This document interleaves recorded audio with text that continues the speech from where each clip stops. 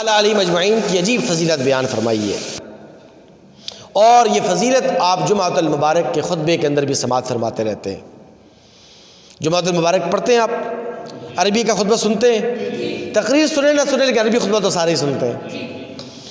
تو خلفائے راشدین کی آپ یہ فضیلت ہر جمعۃ المبارک کے موقع پر سماعت فرماتے ہیں۔ آقا علیہ السلام نے فرمایا کہ ارحم من امتی ابو بکر الصدیق رضی اللہ تعالی عنہ،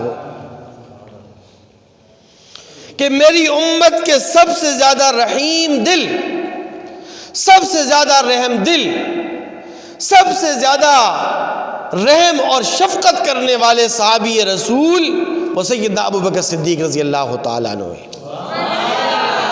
سیدنا ابو بکر صدیق رضی اللہ تعالی عنہ اتنے رحم دل تھے کہ جب انہیں پتہ چلتا کہ کوئی مسلمان غلام کسی غیر مسلم آقا کے ظلم و ستم کا شکار ہے تو سیدنا ابو بکر صدیق رضی اللہ تعالی عنہ فوراً جاتے، اس غلام کو اس آقا سے آزاد فرماتے اور آزاد فرما کر پھر اسے آزاد بھی کر دیتے، یعنی اسے خود خرید کر اپنے پاس نہیں رکھتے بلکہ آزاد فرما دیتے۔ آقا علیہ السلام فرماتے ہیں اشدہم فی امر اللہ عمر، کہ دین کے معاملے میں سب سے زیادہ سخت گیر موقف رکھنے والا میرا عمر ہے۔ سب کہتے ہیں رضی اللہ تعالی۔ سیدنا عمر فاروق رضی اللہ تعالیٰ عنہ دین کے معاملے میں اتنے سخت تھے، اتنے سخت گیر تھے، اور اس کی جھلک تو صحابہ کرام نے ان کے اسلام لاتے وقت ہی دیکھ لی تھی کہ جب اسلام لائے، کلمہ پڑھا، نماز کا وقت ہو گیا، آقا علیہ السلام سے پوچھا کہ یا رسول اللہ نماز کا وقت ہے، کہاں نماز پڑھیں گے؟ آقا علیہ السلام نے فرمایا دار ارقم کے اندر پڑھیں گے، کیونکہ تمہاری قوم ہمیں خانہ کعبہ کے اندر نماز نہیں پڑھنے دیتی۔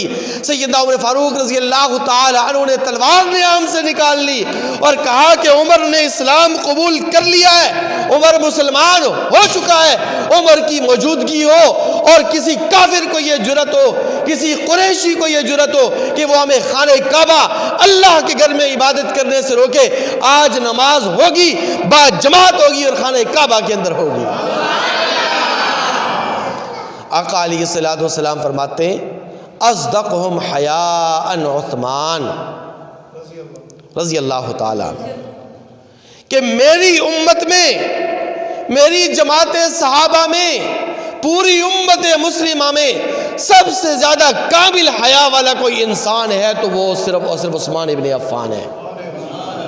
اتنے کامل حیا والے کہ آقا علیہ السلام تشریف فرمائیں، آپ کی پنڈلی مبارک صرف ننگی ہے، برہنہ ہے۔ عثمان آتے ہیں، آپ فوراً پنڈلی کو ڈانک لیتے ہیں۔ میں زیادہ تفصیل میں نہیں جانا چاہتا، وقت ختم ہو رہا ہے۔ تو سیدہ عائشہ رضی اللہ تعالی عنہ قریب بیٹھی تھی، انہوں نے عرض کیا کہ آقا حضور آپ کی مجلس میں ابو بکر آئے، عمر آئے، علی ہیں، طلحہ ہیں، زبیر ہیں، دیگر صحابہ کرام موجود ہیں، آپ بے تکلف بیٹھے رہے، آپ کی پنڈلی مبارک برہنہ تھی، ننگی تھی، لیکن جو ہی عثمان آئے آپ نے فوراً اپنی پنڈلی ڈھانک دی، آپ نے اپنی پنڈلی کے اوپر کپڑا رکھ دیا۔ تو آقا علیہ السلام نے فرمایا کہ اگر میں پنڈلی کو نہ ڈھانپتا، اس کو اگر میں نہ ڈھانکتا، اس پر اگر کپڑا نہ رکھتا تو عثمان اتنے حیا والا ہے، اتنے حیا والا ہے کہ وہ میری مجلس کے اندر بیٹھ کر نگاہ نہ اٹھا سکتا تھا، وہ مجھ سے آنکھیں ملا کر بات نہ کر سکتا اگر میں اپنی پنڈلی کو نہ ڈھانکتا۔ الا ان نستحی منہ الملائکہ، ارے میں اس شخص سے حیا کیوں نہ کروں کہ جس سے آسمان دنیا کے فرشتے بھی حیا کھاتے ہیں۔ آقا علیہ السلام فرماتے ہیں اقضاہم علی، کہ میری پوری امت مسلمہ میں، میری جماعت صحابہ میں سب سے زیادہ قوت فیصلہ رکھنے والا انسان، سب سے بہترین فیصلہ کرنے والا، سب سے بہترین قاضی القضات، سب سے بڑا چیف جسٹس علی المرتضیٰ رضی اللہ تعالیٰ عنہ ہے۔ سیدنا علی المرتضیٰ رضی اللہ تعالیٰ عنہ کے فیصلے دور خلافت میں جو ہوئے وہ تو بات کی بات ہے نا، لیکن علی المرتضیٰ رضی اللہ تعالی عنہ کا یہ فیصلہ جو انہوں نے بچپن میں کیا کہ چھوٹے سے بچے تھے، خاندان کو چھوڑ دیا، قبیلے کو چھوڑ دیا، رشتہ داروں کو چھوڑ دیا، برادری کو چھوڑ دیا، ابے کو چھوڑ دیا، اور پیغمبر علیہ السلام کی خدمت اقدس میں حاضر ہو کر اسلام قبول کر لیا۔ اس سے بڑا قوت فیصلہ اور کیا ہو سکتا ہے؟ اس سے بڑا عجیب فیصلہ اور عظیم فیصلہ کیا ہو سکتا ہے؟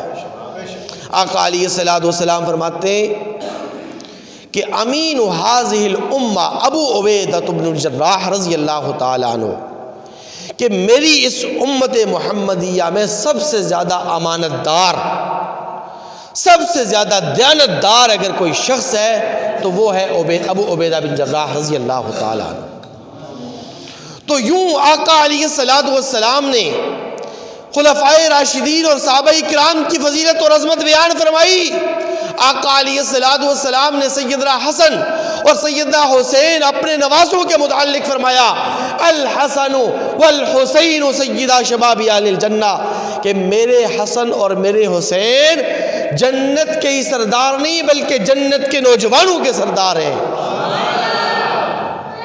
تو اسی طرح آقا علیہ السلام نے جہاں دیگر صحابہ کرام خلفائے راشدین کی فضیلت اور عظمت بیان فرمائی، وہاں آقا علیہ السلام نے فرمایا کہ احلمہم واجودہم معاویہ، کہ میری امت میں سب سے زیادہ حلیم، میری امت کا سب سے بڑا سخی، میری امت میں سب سے زیادہ سخاوت کا بے تاج بادشاہ اگر کوئی ہے تو وہ امیر معاویہ رضی اللہ تعالیٰ عنہ ہے۔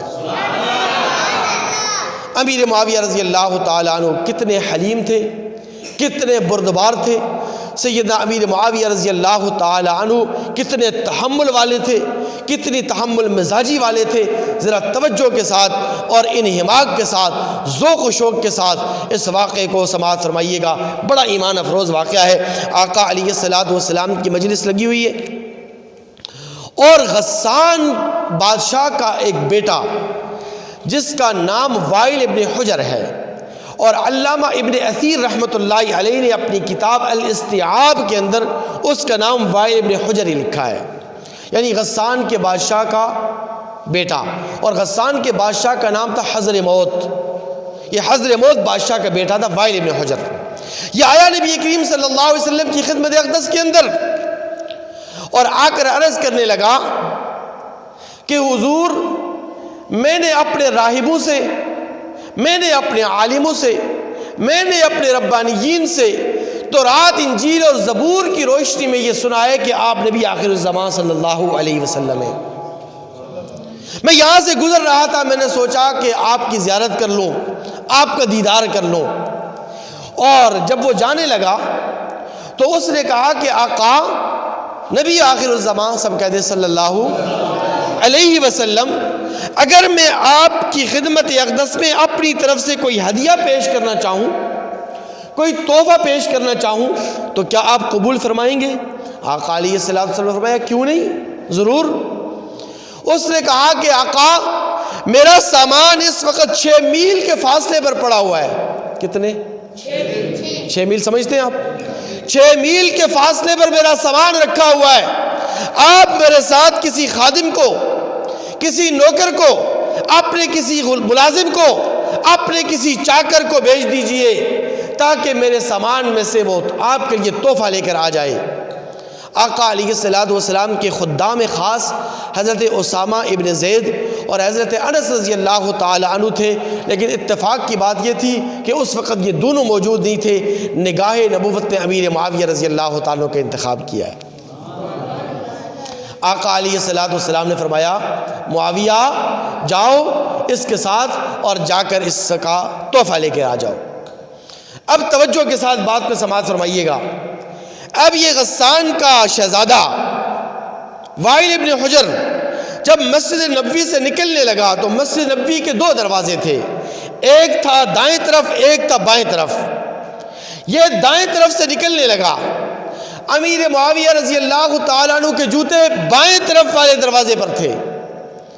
اب آقا علیہ السلام کا حکم تھا اور امیر معاویہ رضی اللہ تعالیٰ عنہ کے دل کے اندر، امیر معاویہ رضی اللہ تعالیٰ عنہ کے دل میں آقا علیہ السلام کی حکم کی قدر و قیمت اور اہمیت دیکھیے کہ امیر معاویہ رضی اللہ تعالیٰ نے سوچا کہ میں اگر بائیں دروازے کی طرف جاتا ہوں جوتے اٹھانے کے لیے، پیغمبر علیہ السلام کے حکم کی تعمیل میں تاخیر ہو جائے گی، اس لیے ننگے پیر ہی چل دیے، غسان کے شہزادے کے ساتھ پیدل روانہ ہو گئے۔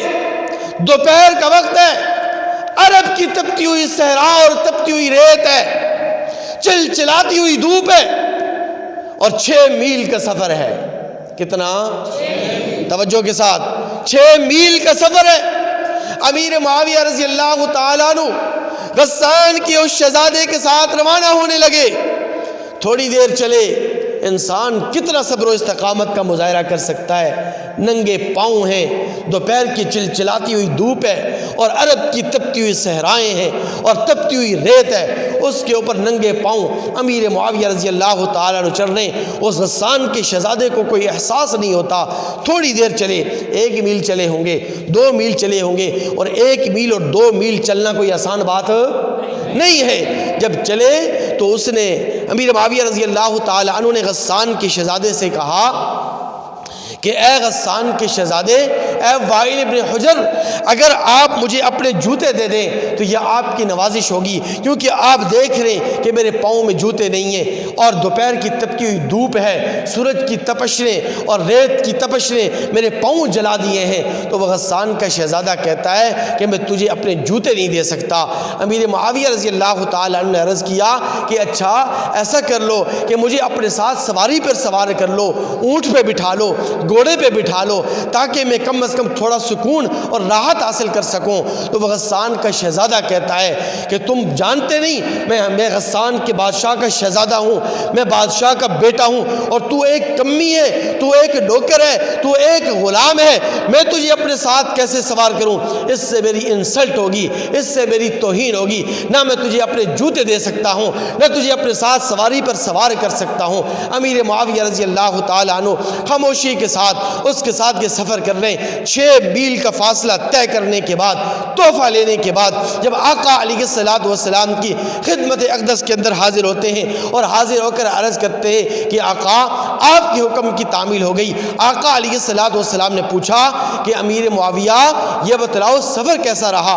پورا واقعہ سنایا، پورا ماجرا سنایا۔ آقا علیہ السلام ایک طرف تو خوش ہوئے کہ تم نے میرے حکم کی تعمیل میں اپنے جوتے تک نہیں پہنے، لیکن معاویہ یہ تو بتلاؤ کہ جب اس نے تجھے کمی کہا تھا، جب تجھے اس نے غلام کہا تھا، جب تجھے اس نے نوکر کہہ کر اپنے ساتھ سوار نہ کیا اور اپنے ساتھ بٹھانا اس نے اپنی توہین سمجھی، تو واپس کیوں نہیں آ گیا؟ کیونکہ تو کوئی عام آدمی نہیں، اس وقت تو دنیاوی اعتبار سے مکہ کے سردار ابو سفیان کا بیٹا ہے، لیکن تو میرا غلام ہے، میرا خادم ہے، میرا صحابی ہے، میرا ساتھی ہے، میرا رفیق ہے، میرا جان نثار ہے، میرا وفادار ہے، میرا وفا شعار ہے، تو واپس آ جاتا۔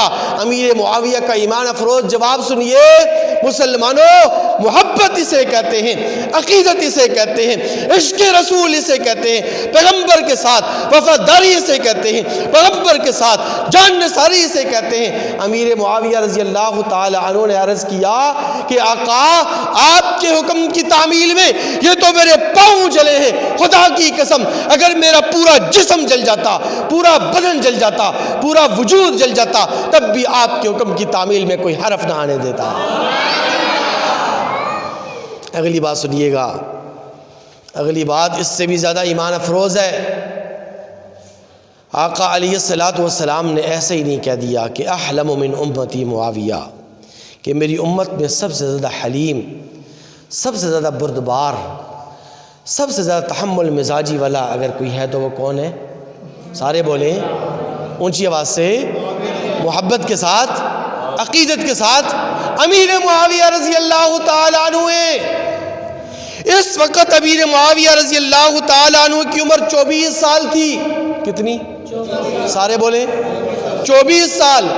ٹھیک 10 سال کے بعد جب امیر معاویہ کی عمر 34 سال ہوئی، 34 برس ہوئی، اور امیر معاویہ رضی اللہ تعالی عنہ خلافت اور سلطنت کے درجے پر فائز ہوئے، وقت کے خلیفہ بنے، وقت کے امیر المؤمنین بنے، امیر معاویہ رضی اللہ تعالی عنہ کی فوجیں غسان کی ریاست کے اندر پہنچی اور غسان کو فتح کیا اور 6000 قیدیوں کو لے کر واپس آئی.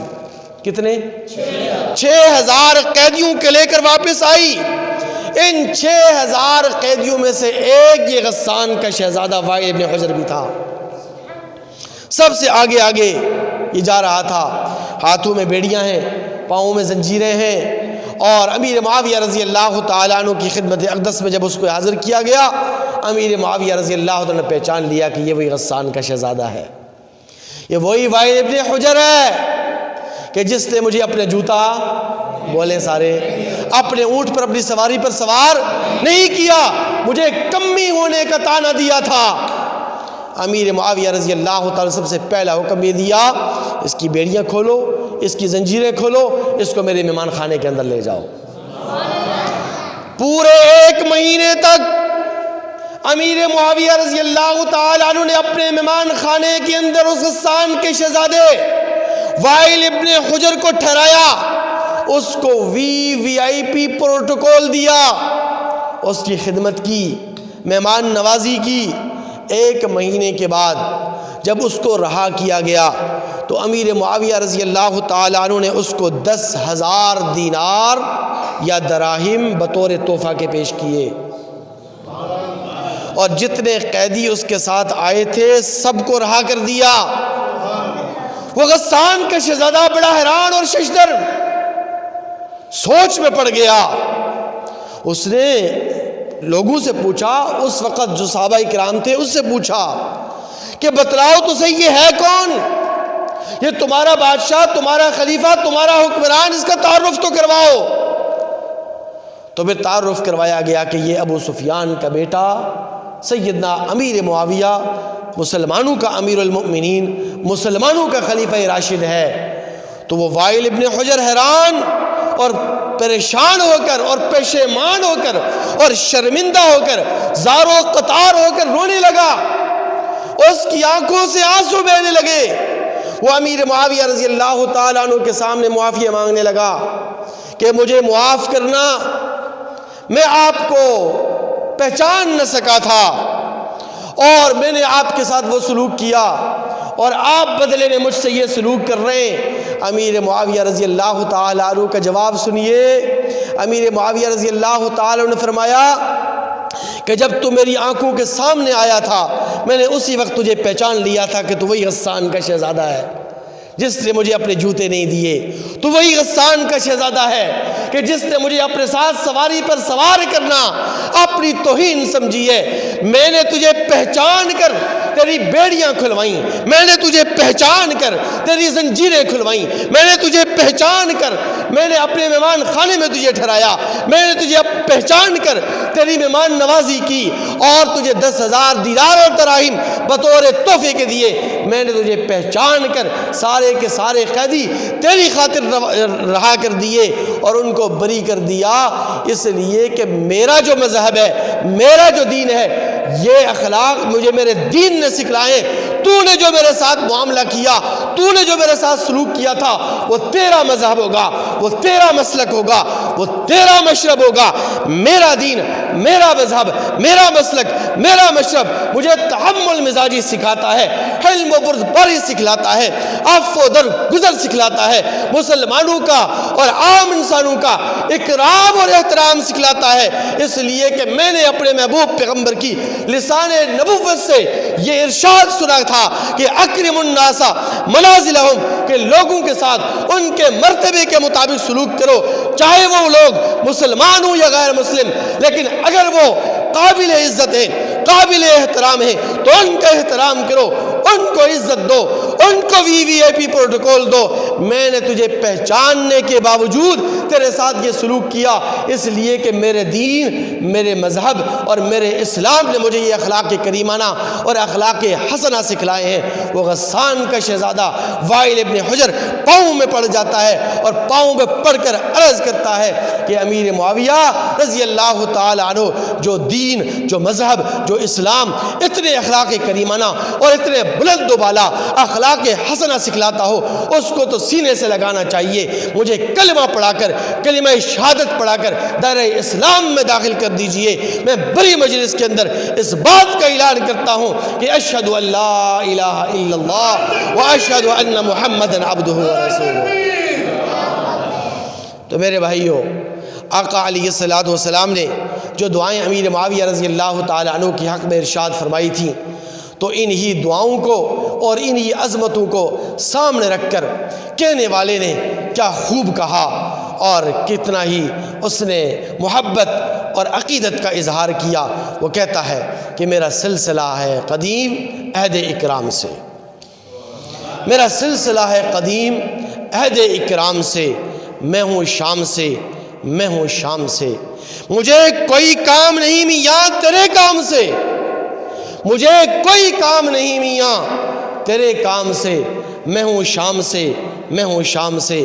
میں ہوں آفتاب سماویہ، میں علی کا بھائی معاویہ. میں ہوں آفتاب سماویہ، میں علی کا بھائی معاویہ. ہے تمام کفر سڑا ہوا میرے نام سے، ہے تمام کفر سڑا ہوا میرے نام سے. میں ہوں شام سے، میں ہوں شام سے. اے کاتب کتاب خدا صاحب رسول، اے کاتب کتاب خدا صاحب رسول، تیرے شرف پہ ناز، تیری دوستی قبول. آل صبا کو نقطہ عبرت بنا دیا، آل صبا کو نقطہ عبرت بنا دیا. تو نے رخ نفاق سے پردہ ہٹا دیا. اے پاسدار عزت و حرمت معاویہ، اے پاسدار عزت و حرمت معاویہ. اے میرے دل میری شریعت معاویہ. اے ہادی امام تیرے نام کو سلام، اے ہادی امام تیرے نام کو سلام.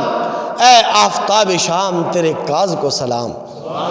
تیرے نام کو سلام، تیری شان کو سلام، تیری صبح کو سلام، تیری شام کو سلام، تیری عظمت کو سلام، تیری محبت اور عقیدت کو سلام.